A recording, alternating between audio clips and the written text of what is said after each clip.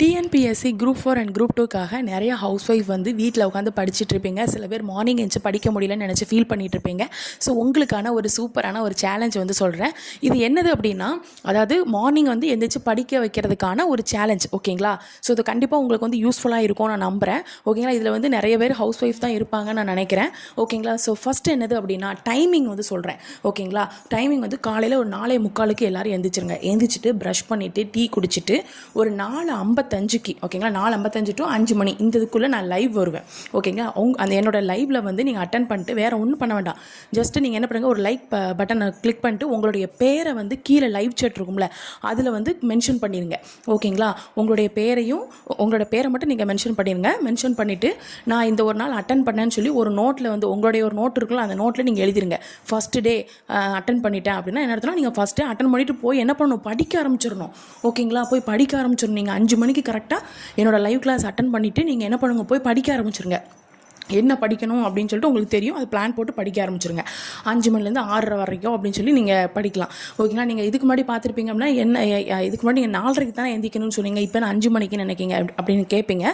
So reason என்னது அப்படின்னா, எடுத்தாப்புல உங்களை வந்து நான் என்ன பண்ணுவேன் அப்படின்னா, 4:30 எந்திரிங்க அப்படின்னா எல்லோரும் எந்திரிச்சிட முடியாது. ஸோ கொஞ்சம் கொஞ்சமாக டைமிங்கை வந்து கம்மி பண்ணணும். ஓகேங்களா?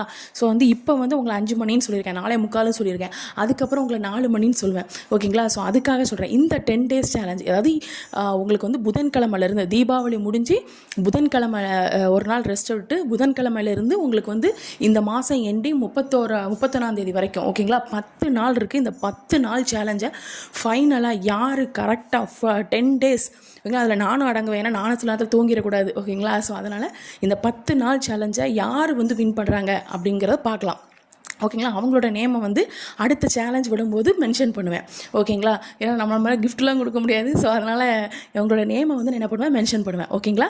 ஸோ இப்போ குணசுந்தரி, சரண்யா இவங்கெல்லாம் இருக்காங்கன்னு வச்சுக்கோங்க. காலையில் 4:45 வராங்க.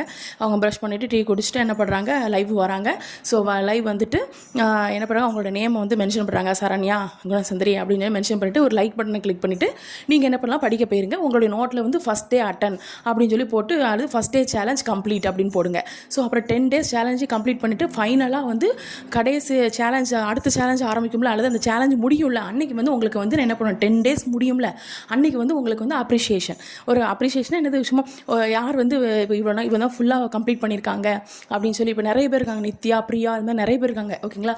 ஸோ இவங்கெல்லாம் கம்ப்ளீட் பண்ணியிருக்காங்கன்னு சொல்லி ஒரு அப்ரிஷியேஷன் கொடுப்பேன். ஓகேங்களா?